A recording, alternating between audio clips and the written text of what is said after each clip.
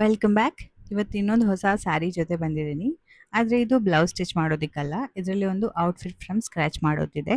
And customer ಈ ರೀತಿ ಒಂದು ಪ್ಯಾಟರ್ನ್ ಕಳಿಸಿದ್ರು ನನಗೆ. ಆ್ಯಂಡ್ ಇದರಲ್ಲಿದ್ದ ಪಲ್ಲು ನನಗೆ ಅಷ್ಟೊಂದು ಯೂಸ್ ಆಗುತ್ತೆ ಅಂತ ಅನ್ನಿಸ್ಲಿಲ್ಲ. ಅವ್ರು ಕೊಟ್ಟಿರೋಂಥ ಡಿಸೈನ್‌ಗೆ. ಹಾಗಾಗಿ ಪಲ್ಲುನ ಪೂರ್ತಿಯಾಗಿ ಕಟ್ ಮಾಡಿ ತೆಗೆದೆ. ಆ್ಯಂಡ್ ನೆಕ್ಸ್ಟ್ ಟಾಪ್‌ನ ಮೆಷರ್‌ಮೆಂಟ್ ಪ್ರಕಾರ ಕಟ್ಟಿಂಗ್ ಕೂಡ ಮಾಡಿ, ಮಟೀರಿಯಲ್ ಸ್ವಲ್ಪ ಟ್ರಾನ್ಸ್ಪರೆಂಟ್ ರೀತಿ ಇರೋ ಕಾರಣ ಇದಕ್ಕೆ ಲೈನಿಂಗ್ ಕೂಡ ಒಟ್ಟಿಗೆ ಕಟ್ ಮಾಡಿದೆ. ಈ ರೀತಿ ಪೂರ್ತಿಯಾಗಿ ಕಟ್ಟಿಂಗ್ ನೆಕ್ ಇದೆಲ್ಲ ಕಟ್ಟಿಂಗ್ ಆದಮೇಲೆ ಪೂರ್ತಿ ಔಟ್‌ಫಿಟ್ ಹೇಗೆ ಬಂದಿದೆ ಅಂತ ತೋರಿಸ್ತೀನಿ. ಆ್ಯಂಡ್ ಸ್ಟಿಚಿಂಗ್ ವಿಡಿಯೋನ ಮಾಡೋಕ್ಕಾಗಿಲ್ಲ.